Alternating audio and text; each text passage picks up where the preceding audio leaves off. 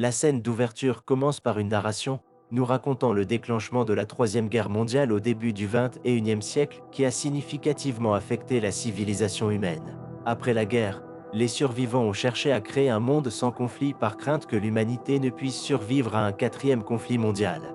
Nous passons ensuite à Libria, une cité-État totalitaire établie par les survivants. Ils accusent les émotions humaines comme la cause fondamentale de la guerre. En conséquence, toute activité ou objet qui stimule les émotions est strictement interdit dans la ville. Ceux en violation sont étiquetés comme des contrevenants au sens et condamnés à mort. La population est contrainte de prendre quotidiennement une injection d'un médicament, le prosiomie, pour supprimer les émotions, les rendant insensibles. Libria est dirigé par le conseil Tétragrammaton, dirigé par le père, qui communique de la propagande via de grands écrans vidéo. Au sommet de l'application de la loi se trouvent les clercs du Tétragrammaton, des soldats hautement entraînés dans l'art martial du Ginkata. Ces clercs mènent fréquemment des raids dans les maisons pour rechercher et détruire des matériaux provocateurs d'émotions tels que l'art, la littérature et la musique, et finalement exécuter les contrevenants sur place. En dehors de la ville, il y a une zone abandonnée appelée le Nété, où un groupe de résistance appelé Underground mène des activités illégales. Un jour, un clerc du Tétragrammaton, John Preston, et son partenaire, Errol Partridge, dirigeant leur force spéciale pour réduire ces rebelles. Peu après, une violente fusillade éclate entre les deux parties, forçant le groupe de l'Underground à battre en retrait. Lorsque la force des clercs se retrouve face à un nombre inconnu de membres de la résistance barricadés dans une pièce, ils appellent John pour s'en occuper. Avec des armes à feu dans les deux mains, John entre dans la pièce et attend dans l'obscurité jusqu'à ce que les rebelles cessent de tirer. Après avoir calculé le nombre et l'emplacement des insurgés, il commence à tirer dans toutes les directions avec une grande précision et efficacité tout en étant hors de la ligne de tir. Suite à cela, les clercs recherchent des matériaux classés EC10, des objets connus pour contenir des émotions. Ils découvrent bientôt une énorme collection de livres et de peintures, y compris la Joconde. Après avoir vérifié son authenticité, John ordonne aux hommes de l'incendier. Sur le chemin du retour au quartier général, John remarque que son partenaire a pris un livre de poésie au lieu de le remettre pour incinération. Interrogé, Errol lui dit qu'il voulait le saisir lui-même car l'équipe ne tient pas toujours de registre approprié des matériaux interdits. Plus tard, John va voir le vice-conseiller, Dupont, pour faire rapport sur le raid récent. Pendant ce temps, Dupont se demande comment John parvient à ressentir quand quelqu'un éprouve des émotions fortes, mais ce dernier n'a pas de réponse à cela. Lorsque Dupont demande à propos de sa famille, John répond froidement que sa femme a été exécutée pour être un contrevenant au sens, le laissant seul père de 2 enfants. Après d'être sorti du bureau du vice-conseiller, il se rend au département des preuves pour examiner les dossiers, pour découvrir qu'Errol n'a pas soumis de preuves depuis des semaines. Méfiant, il se rend dans le Nété et trouve Errol en train de lire le livre interdit. Lorsqu'il le confronte, Errol se lamente que les gens ont perdu tout ce qui les rend humains. John lui rappelle qu'il n'y a pas de guerre ni de meurtre dans ce nouveau monde, mais ce dernier soutient qu'il paierait volontiers le prix pour que les humains ressentent à nouveau des émotions. Il tente alors de saisir son arme, mais John parvient à le percevoir et le tue sans hésitation. De retour chez lui, le fils de John, Robbie, lui apprend qu'il a vu un garçon pleurer plus tôt. Il demande s'il devrait signaler cela aux autorités, à quoi John acquiesce. Après s'être retiré dans sa chambre, John rêve de l'arrestation de sa femme. Lorsque les autorités sont entrées, il a rapidement désarmé 2 hommes, mais il s'est arrêté dès qu'ils ont révélé que sa femme était une contrevenante au sens. Avant d'être emmenée, elle l'a embrassé et lui a demandé de ne pas l'oublier. Le lendemain matin, alors qu'il se prépare, John fait tomber accidentellement sa fiole matinale de prosium. Robbie remarque cela. Il rappelle à son père de passer par le centre d'équilibre pour en obtenir un remplacement. Cependant, lorsque John arrive au centre, il découvre qu'il est temporairement fermé en raison de problèmes causés par des terroristes. À ce moment, le remplaçant d'Errol, Andrew Brand, vient chercher John pour leur prochain raid chez une suspecte de contrevenir au sens nommée Marie. À leur arrivée, John pousse Marie contre le miroir, mais il est figé en pensant à sa femme. Il parvient d'une manière ou d'une autre à se reprendre et commence à inspecter la maison. Il découvre bientôt une pièce secrète remplie d'objets classés EC10. Sachant qu'elle serait exécutée, Marie saisit le pistolet d'un officier et le pointe sur John. Andrew tente de la tuer en représailles, mais John l'arrête, arguant qu'ils ont encore besoin d'elle pour localiser ses associés. Andrew sent quelque chose de suspect, mais il décide de se conformer à l'ordre de son supérieur. Plus tard, pendant l'interrogatoire, John lui pose des questions sur les autres rebelles, mais il ignore les questions et lui demande plutôt son but dans la vie. Il répond que son but est de servir Libria et de sauvegarder la continuité de la société. Insatisfaite, Marie le méprise pour mener une vie sans émotion et compare sa vie à une horloge qui se contente de passer le temps. Le lendemain matin, John se réveille après un mauvais rêve. Il arrache rapidement le film protecteur de la fenêtre de sa chambre, lui permettant de voir le lever du soleil pour la première fois. La vue captivante le laisse dans l'émerveillement, et ressentant des émotions inconnues, il se précipite vers la salle de bain pour charger une dose de prosium dans le pistolet seringue. Cependant, après réflexion, il décide de ne pas le prendre et le cache derrière le miroir. Arrivé au quartier général, John est informé de leur prochaine mission, éliminer un autre groupe de contrevenants au sens.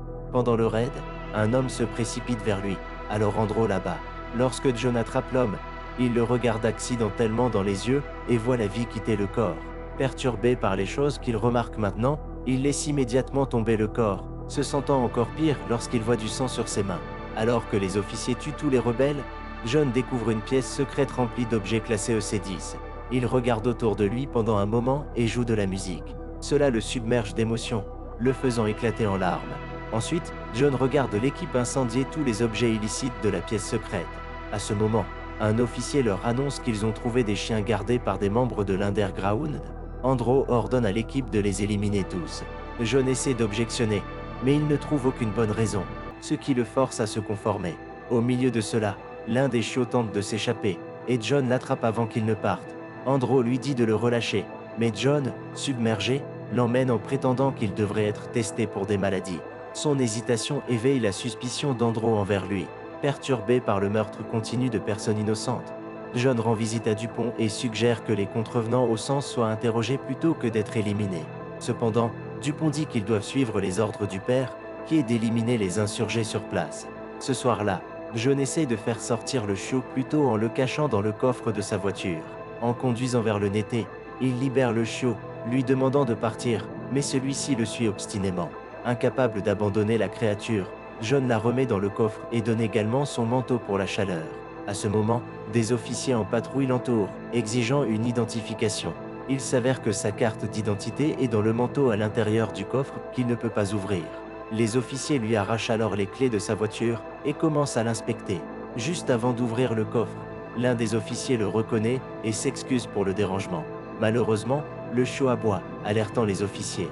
Ils ouvrent le coffre et découvrent le chiot, les incitant à tenir John en joue.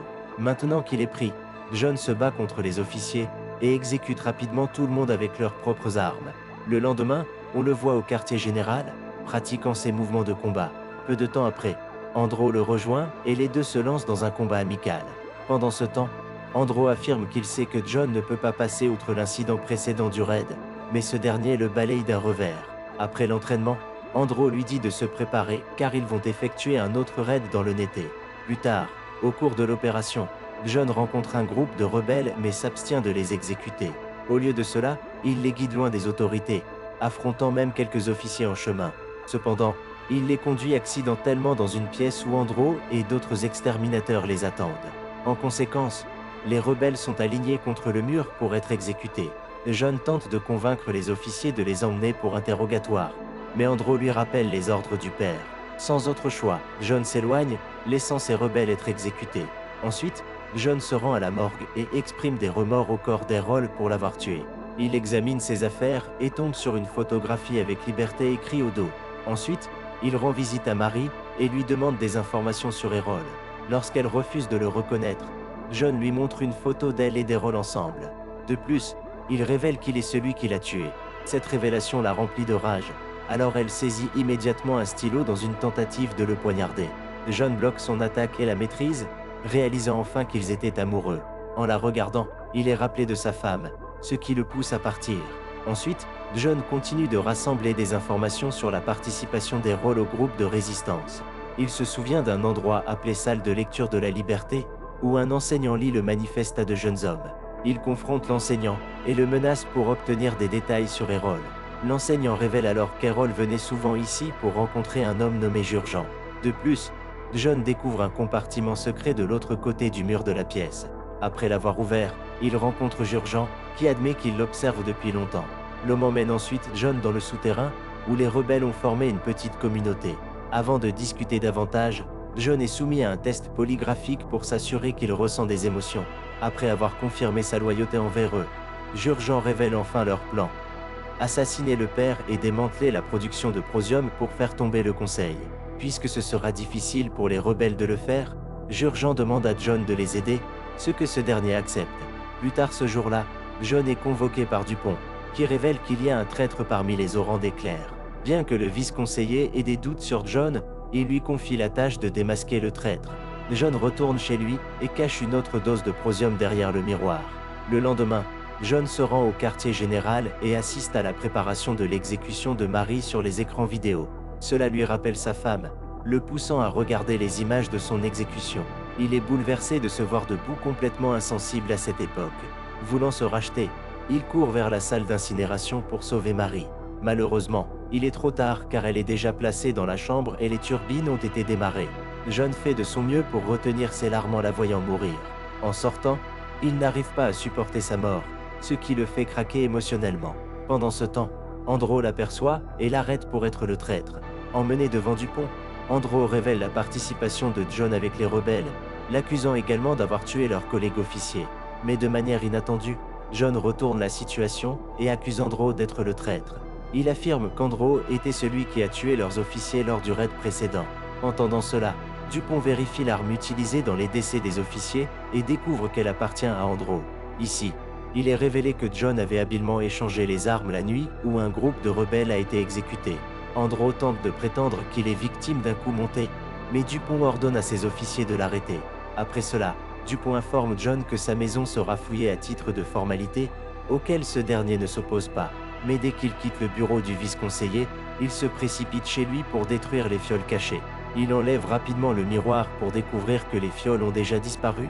À ce moment, Robbie entre dans la salle de bain et avoue avoir enlevé les fioles pour protéger son père. Le garçon révèle en outre que lui et sa sœur ont cessé de prendre du prosium depuis que leur mère est décédée.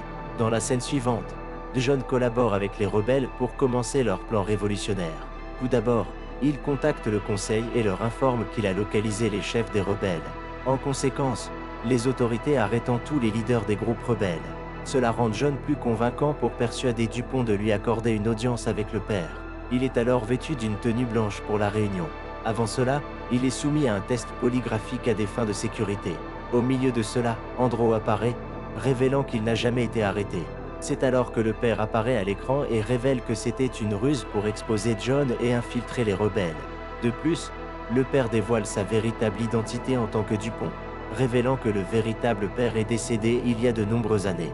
Cette tromperie remplit John de rage et, en conséquence, il sort ses pistolets de ses manches avant de commencer à abattre tous les hommes dans la pièce. John se lance dans une frénésie meurtrière, éliminant tous les gardes et se dirigeant vers le bureau de Dupont. Arrivé là-bas, il trouve Andro debout à côté de Dupont comme son garde du corps. Lorsqu'il entre dans la pièce, il est entouré par un groupe d'épéistes qualifiés. John, dans une action rapide, saisit une épée et tue tous ses hommes en quelques secondes. Après cela, Andro se présente pour un duel, mais il ne fait pas le poids contre John, ce dernier le terrassant en 3 coups rapides.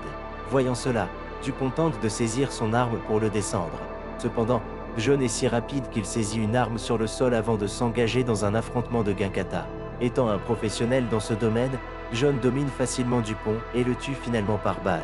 Après coup, John détruit l'ensemble du centre de commandement qui diffuse la propagande du père à travers l'Ibria. Le film se termine alors que les rebelles commencent à faire exploser les usines de fabrication de prosium, marquant le début de la révolution.